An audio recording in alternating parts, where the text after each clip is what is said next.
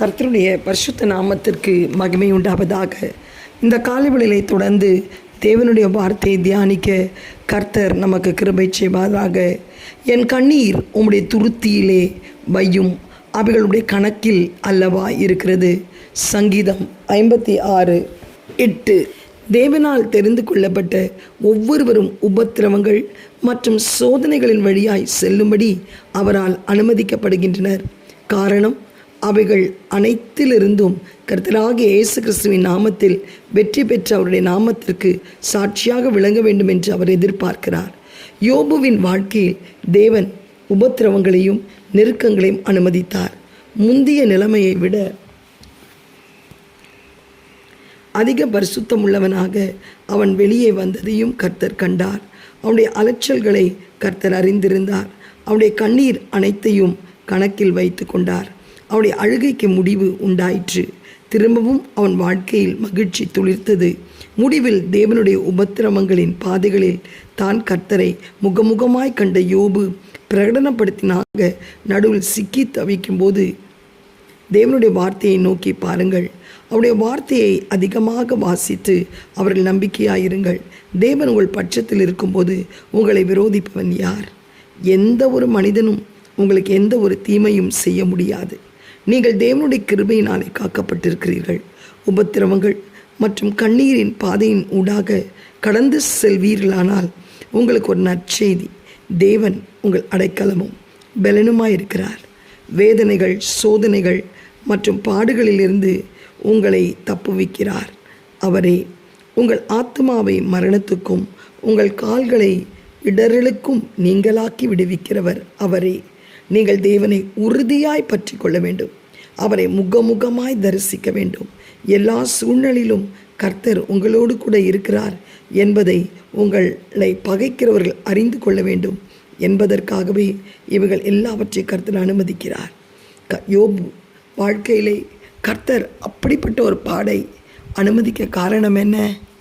யோபுடைய சிநேகிதர்கள், யோபை சூழ இருக்கிறவர்கள் எல்லாம் யோபோடு கர்த்தர் இருக்கிறார் என்பதை நிரூபிக்கத்தான்.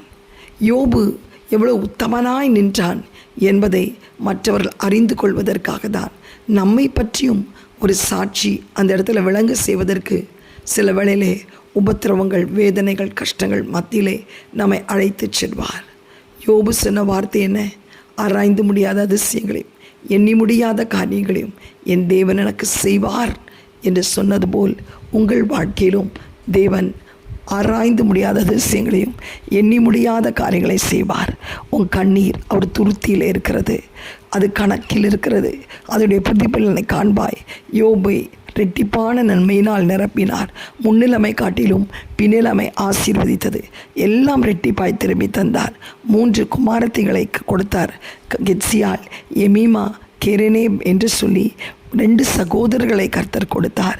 யோபு 4 தலைமுறை பார்க்க கிருபை செய்தார். 140 வருஷத்திலே பூரணமாய் மதிக்க செய்தார். கர்த்தருக்கு ஸ்தோத்திரம். எவ்வளவு கண்ணீர் விட்டிருப்பார், எவ்வளவு உபத்திரவத்தின் வழியே கடந்து போயிருப்பார். ஆனாலும் ஒரு நம்பிக்கை, என்னை கொன்று போட்டாலும் தேவனை நான் கர்த்தர் ரூபகாரம் பண்ணுவேன் என்று சொல்லி கர்த்தருக்கு ஸ்தோத்திரம். அன்பான தேவ பிள்ளையே, நீங்களும் சிந்திய ஒவ்வொரு கண்ணீரும் கர்த்தருக்கு முன்பாக வைக்கப்பட்டுள்ளது. அவைகள் அவர் துருத்தியில் வைத்திருக்கிறார். உங்களுடைய வேதனை, பெருமூச்சுகள் அவருடைய புத்தகத்தில் எழுதப்பட்டுள்ளன. சிங்காசனத்தில் வீற்றிருக்கிறவர் உங்கள் கூப்பிடுதலை கேட்கிறார். எனவே உங்களுக்குரிய விடுதலை மிகவும் சமீபம். இன்றே அவர் உங்களை விடுவிப்பார். எக்காலத்திலும் கைவிடாது இருக்கிற அவரை உறுதியாக பற்றி கொள்ளுங்கள்.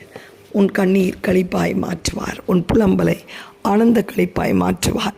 அந்நாள் லேயாள் கடாட்சித்து உடைய கண்ணீரை துருத்தியில் வைத்து அவர்களை ஆசீர்வதித்த தேவன் காலவேளையிலே உன்னையும் ஆசீர்வதிப்பார். எங்களை அதிகமாய் நேசிக்கிற நல்ல தகப்பனே, இந்த காலை வேளைக்காய் உம்மை ஸ்தோத்திரிக்கிறோம்.